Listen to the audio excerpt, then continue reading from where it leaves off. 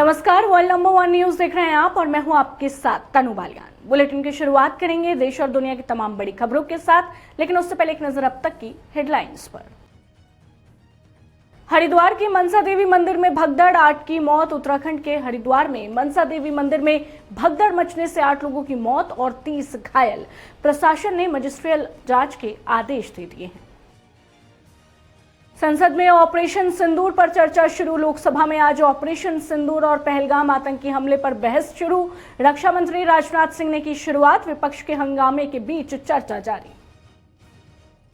Bharat England चौथा test draw. Manchester में खेले गए चौथे टेस्ट में रविंद्र जडेजा और वाशिंगटन सुंदर की शतकीय पारियों की बदौलत भारत ने मैच ड्रॉ कराया।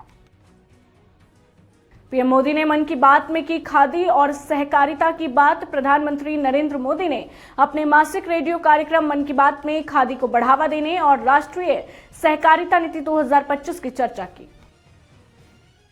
तमिलनाडु के सीएम एमके स्टालिन को अस्पताल से छुट्टी। चेन्नई के अपोलो अस्पताल में चिकित्सीय प्रक्रिया के बाद तमिलनाडु के मुख्यमंत्री एमके स्टालिन को छुट्टी दे दी गई।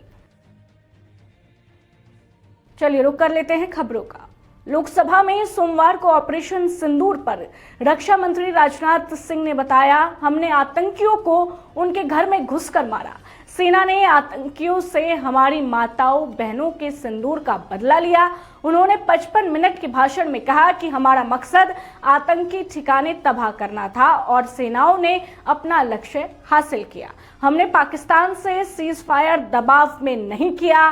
भारतीय जेट तबाह होने पर राजनाथ ने कहा, परीक्षा में रिजल्ट की अहमियत होती है, कितनी पेंसिल टूटी या पेन गुमे ये बेमानी है।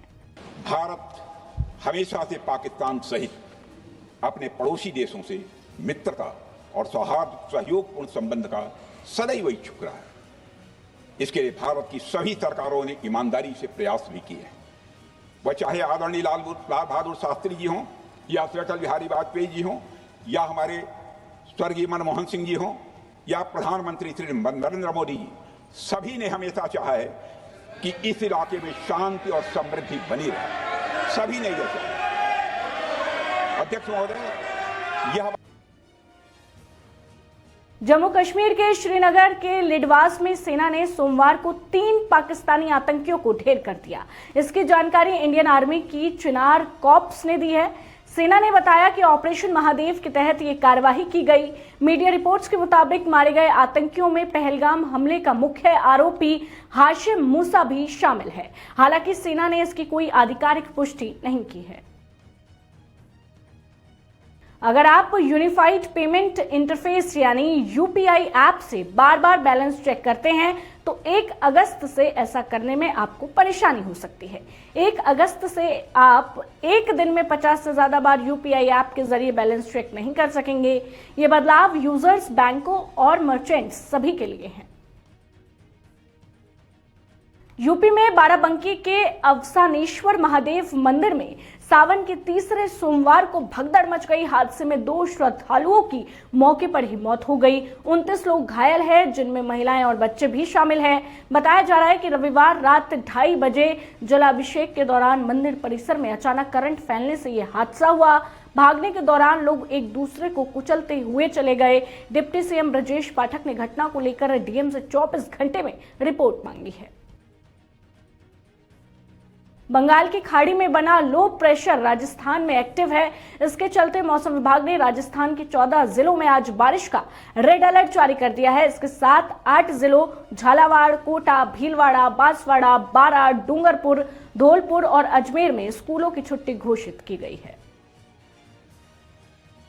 केंद्रीय रक्षा मंत्री राजनाथ सिंह ने कहा, भारत हमेशा से पाकिस्तान सहित अपने पड़ोसी देशों के साथ मैत्रीपूर्ण, सौहार्दपूर्ण और सहयोगात्मक संबंध बनाए रखने का इच्छुक रहा है। भारत की सभी सरकारों ने इस लक्ष्य के प्राप्ति के लिए ईमानदारी से प्रयास किए हैं। अपने पड़ोसी देशों से मित्रता और सौहार्द सहयोगपूर्ण संबंध का सदैव इच्छुक रहा है। इसके लिए भारत की सभी सरकारों ने ईमानदारी से प्रयास भी किए हैं।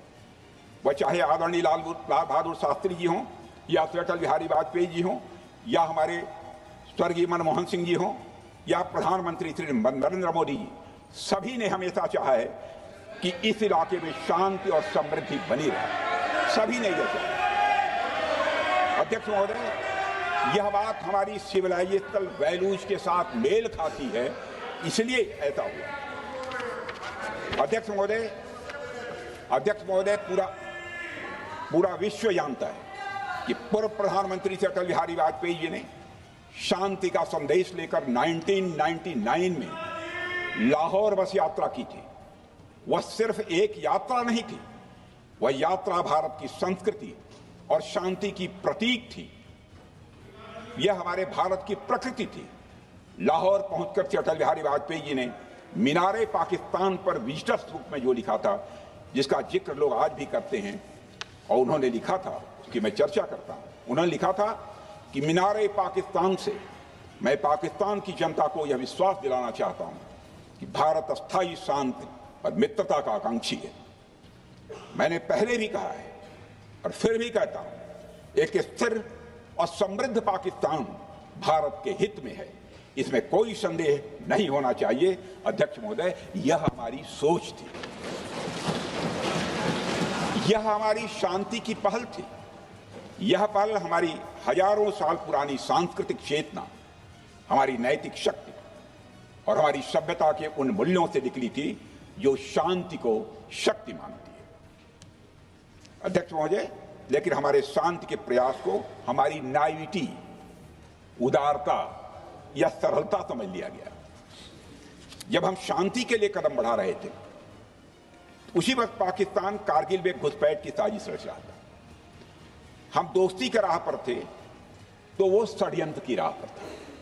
जब हम मामला खुलकर सामने आया तो हमारे वीर सैनिकों ने इस घुसपैठ के खिलाफ कार्रवाई करना प्रारंभ किया, और जब भारत की जीत सामने दिखाई दे रही थी तो पाकिस्तान ने परमाणु युद्ध की धमकी दे डाली। अध्यक्ष महोदय, तब हमारे तत्कालीन प्रधानमंत्री आदरणीय अटल बिहारी वाजपेयी जी ने कहा था, पाक सेना के परमाणु हमले से भारत का तो कुछ नहीं बिगड़ेगा, लेकिन पाकिस्तान दूसरे दिन का सूरज नहीं देख पाएगा।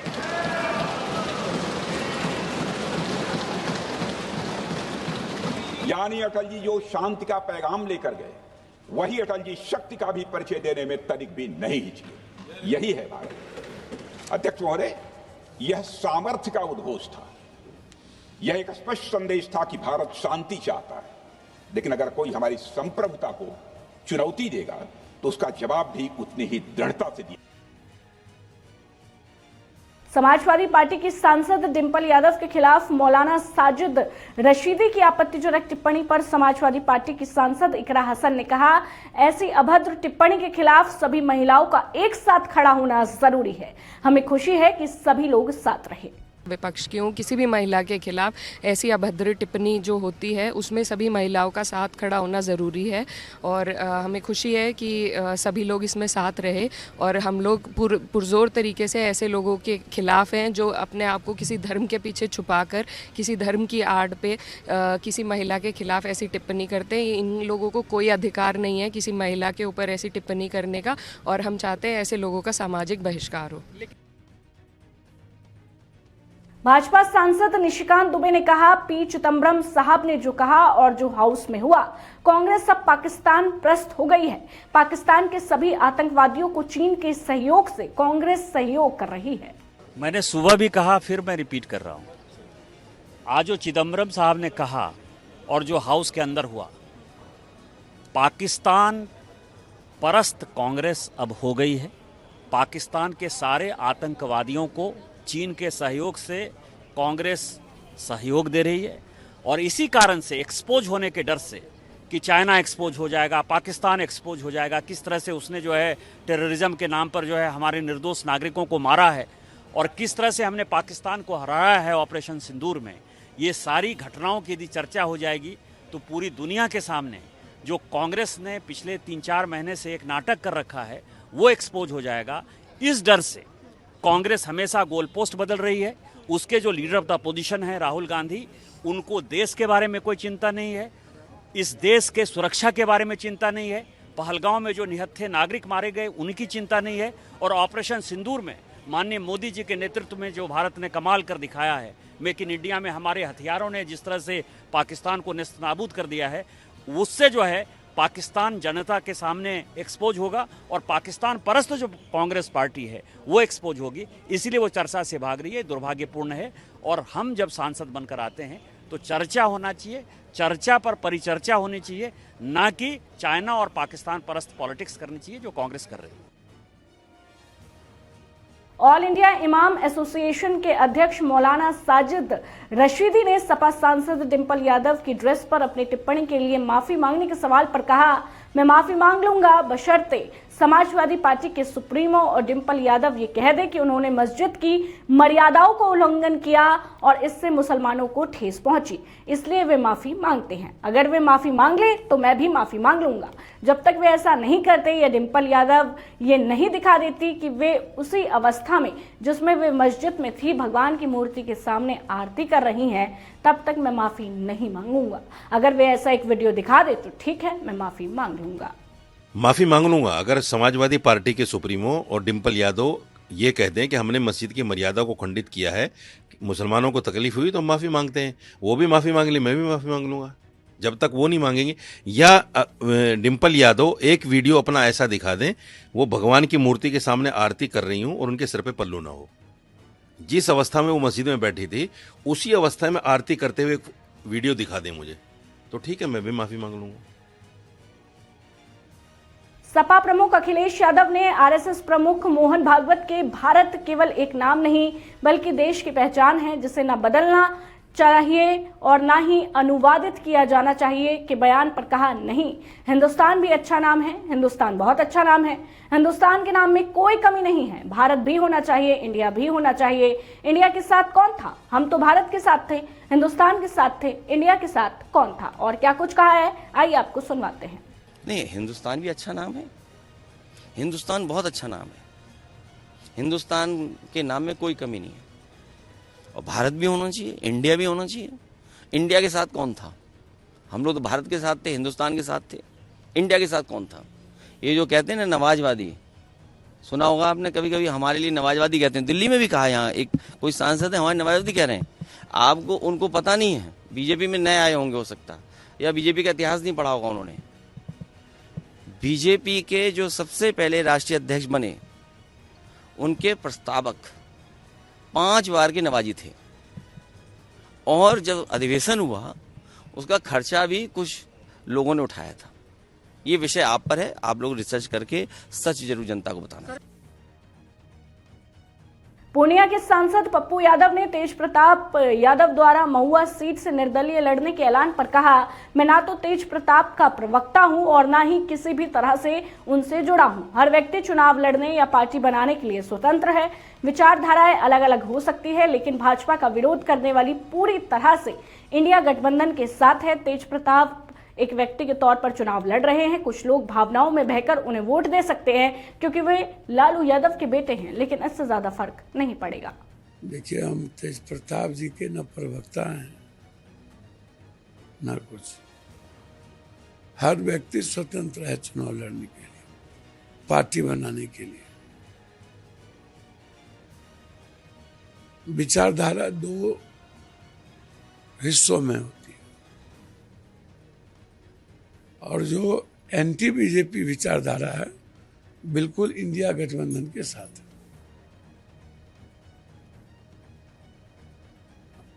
और पूरे प्रदेश के जो ST SC हैं, ABC हैं, माइनॉरिटीज हैं, इसका बहुसंख्यक वोटर मन बना चुके हैं कि मुझको इस बार इंडिया कैंप को जिताना है। सब लोग लड़ें, क्या असर क्या नहीं असर ये RJD को मूल्यांकन करना है। मुझे लगता है कि वोटर पर इसका असर 0 के बराबर होगा। अब व्यक्तिगत वो चुनाव लड़ रहे हैं, लोग सेंटीमेंट में लालू जी के बेटे हैं, कुछ वोट दे दें,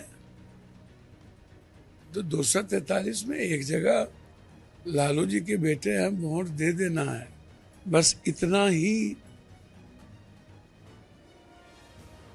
वोटर का और तेज प्रताप जी का रिश्ता रहेगा, असर नहीं पड़ेगा। पटना सहित बिहार के 27 जिलों में भारी बारिश के अलर्ट के बाद रविवार रात से लगातार बारिश हुई, जिससे पटना में जल जमाव की स्थिति उत्पन्न हो गई।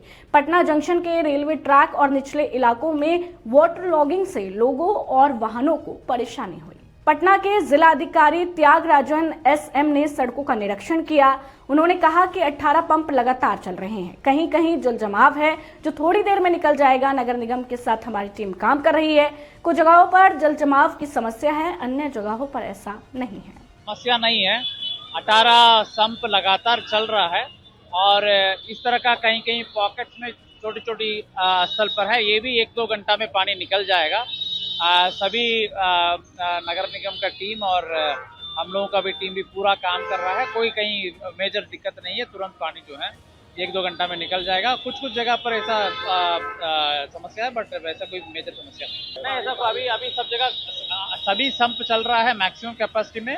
मॉनिटरिंग हम लोग कर रहे हैं, नगर निगम का टीम, बुड़को का टीम पूरा लगा हुआ, कहीं कोई दिक्कत नहीं। कांग्रेस नेता पी चिदंबरम के बयान पर केंद्रीय मंत्री गिरिराज सिंह ने कहा, जिसे अपने देश और देश की सेना पर गर्व नहीं, वे ऐसे प्रश्न उठा सकते हैं।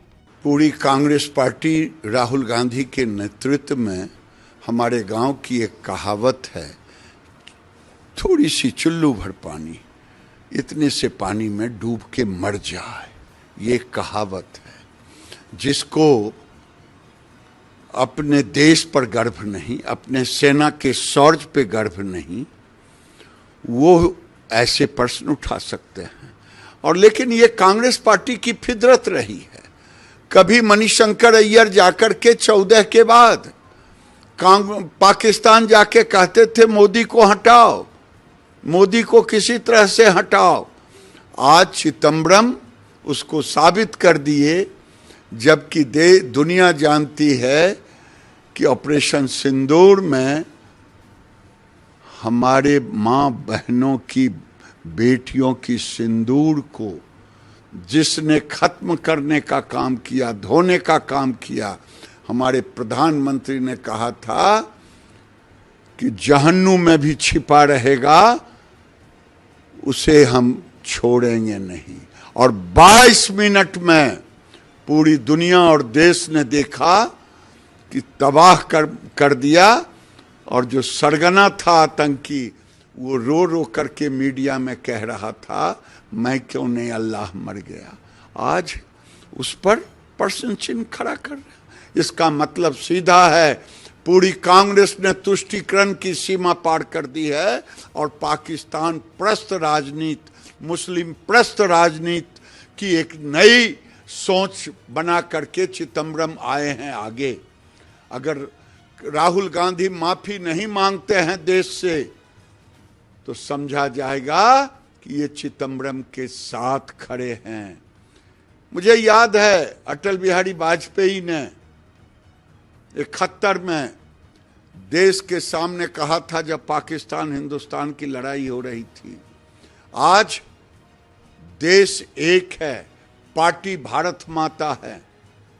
आज उसी देश में एक विपक्ष पाकिस्तान प्रस्त बयान दे रहा है और क्लीन चिट दे रहा है।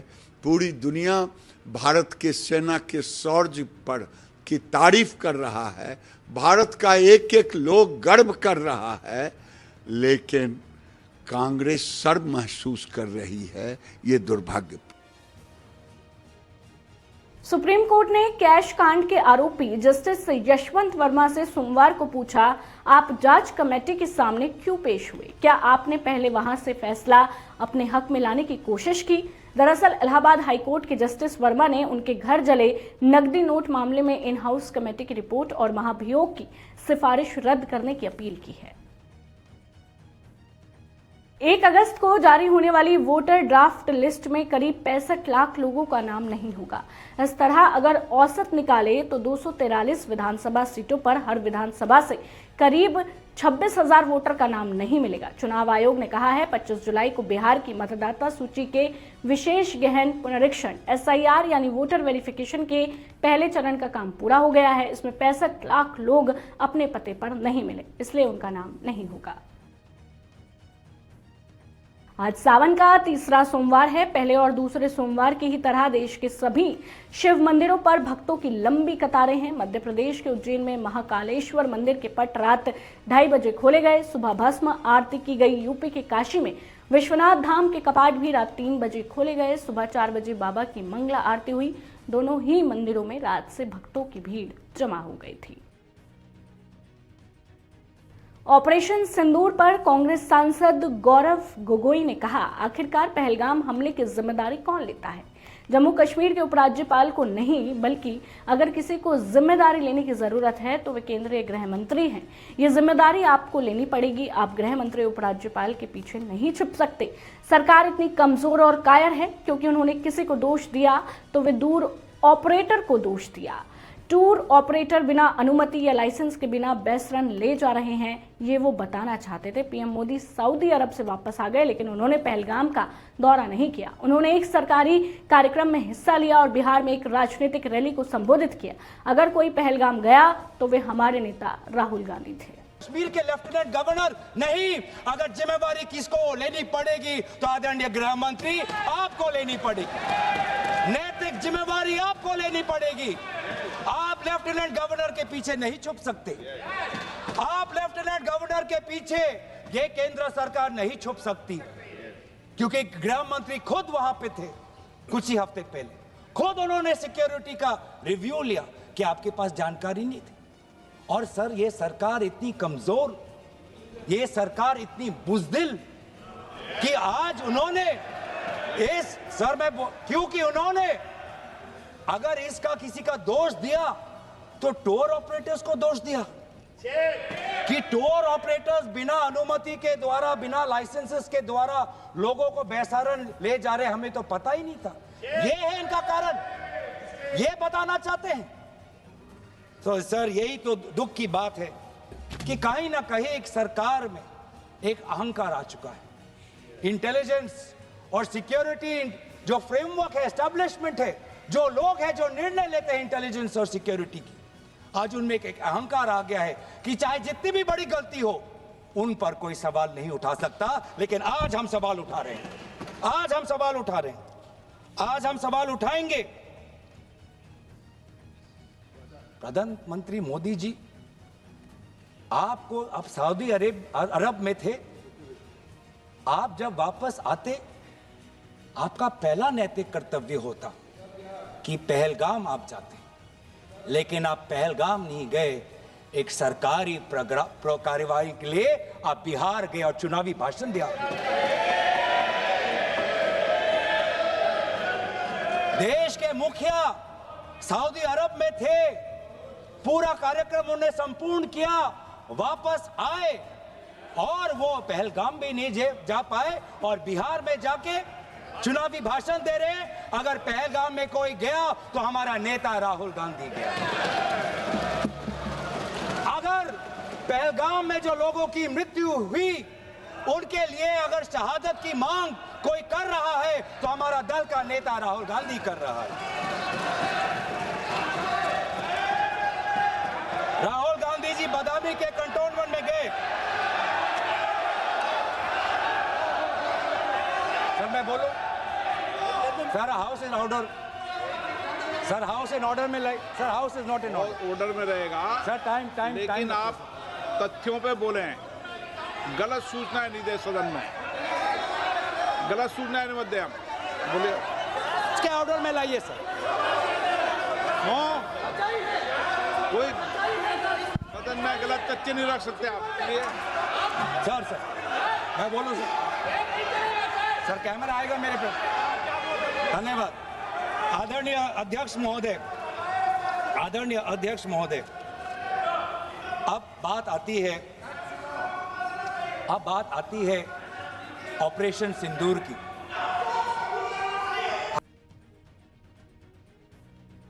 केंद्रीय संसदीय कार्य मंत्री किरेन रिजिजू ने कहा, आधे घंटे बाद जब संसद दोबारा शुरू होगी तो जो शर्तें लेकर वे आए हैं वो नहीं चलेगी। रक्षा मंत्री शुरुआत में इस पर प्रस्ताव रखेंगे और जब रक्षा मंत्री चर्चा शुरू करे तो उनकी बात सुने और विपक्षी दल पाकिस्तान की भाषा ना बोले। कमिटमेंट से पलटी मारा है और ऑपरेशन सिंदूर चर्चा से भागने का जो नाटक किया ठीक नहीं है।